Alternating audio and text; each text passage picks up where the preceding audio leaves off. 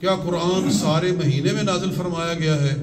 نہیں۔ تو اس کی وضاحت دوسری جگہ پر اللہ تعالیٰ نے ارشاد فرما دی، انا انزلناہ فی لیلۃ القدر، ہم نے اس کو لیلۃ القدر میں نازل فرمایا ہے۔ جی سارے مہینے میں نازل نہیں ہوا، نازل تو اس کی ایک رات میں ہوا ہے، لیکن وہ رات چونکہ اس مہینے میں ہے تو اس کی وجہ سے سارا مہینہ ہی برکت والا ہو گیا ہے۔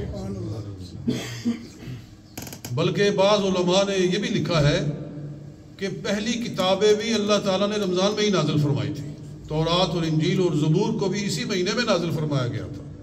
گویا کہ اس مہینے کا اللہ کے کلام کے ساتھ ایک گہرا تعلق ہے کہ اللہ نے اپنے سارا کلام اپنا اسی مہینے میں نازل فرمایا۔ تو چونکہ قرآن اس مہینے میں نازل ہوا ہے، اس لیے اس مہینے میں قرآن کو ذوق و شوق سے پڑھنا چاہیے۔ جی جن لوگوں کو اللہ نے توفیق دی ہے کہ وہ قرآن پڑھ سکتے ہیں، ان کو قرآن پڑھنا چاہیے۔ جی رمضان میں اپنی روٹین کو بدلنا چاہیے۔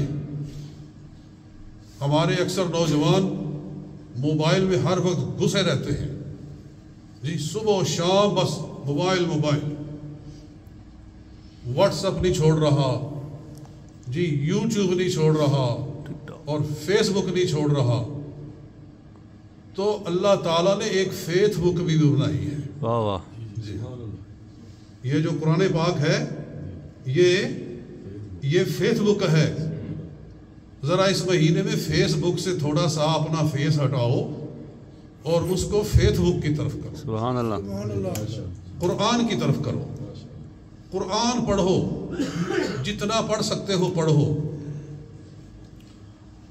اور میں یہ بھی عرض کرتا ہوں کہ میں جب بھی یہ بات کرتا ہوں کہ قرآن پڑھو تو میں ساتھ میں ضرور کہتا ہوں کہ کوشش کرو کہ اس کو ترجمے کے ساتھ پڑھو۔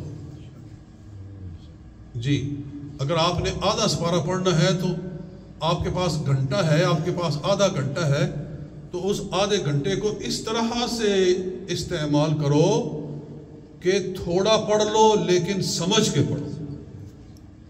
یہ بات درست کہہ رہا ہوں کہ نہیں؟ آپ اردو میں پڑھ سکتے ہیں، اردو میں اس کی ٹرانسلیشن دیکھیں، انگلش پڑھ سکتے ہیں، انگلش میں دیکھیں، اور سمجھ کے پڑھیں۔ آج دنیا میں سینکڑوں لوگ، ہزاروں لوگ اسلام لا رہے ہیں، الحمدللہ۔ سب سے زیادہ تیزی سے دوسرے مذاہب میں پھیلنے والا مذہب اسلام ہے۔ سبحان اللہ۔ جی ہندو آ رہے ہیں، سکھ آ رہے ہیں، سب سے زیادہ عیسائی آتے ہیں۔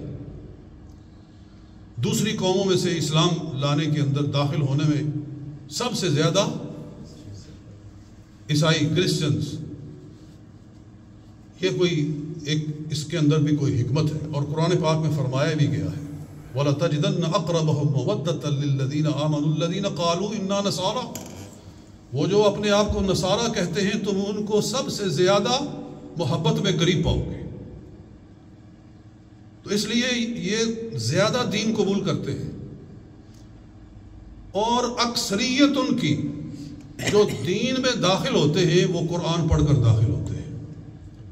قرآن کو جس نے بھی اسٹڈی کیا، پڑھ کر سمجھ کر، اس کی دنیا بدل گئی، سوائے اس کے کہ کوئی محض تانا زنی کے لیے ہی پڑھے، تو وہ بھی ہیں مستشرقین جنہوں نے زندگیاں قرآن پڑھنے میں کھپا دی، لیکن ایمان نصیب نہیں ہوا، سمندروں میں ڈوبے اور ان کے دامن پہ ایک قطرہ بھی نہیں نظر آیا، اس لیے کہ انہوں نے ہدایت لینے کے لیے پڑھا ہی نہیں، انہوں نے عیب ڈھونڈنے کے لیے معاذ اللہ پڑھا۔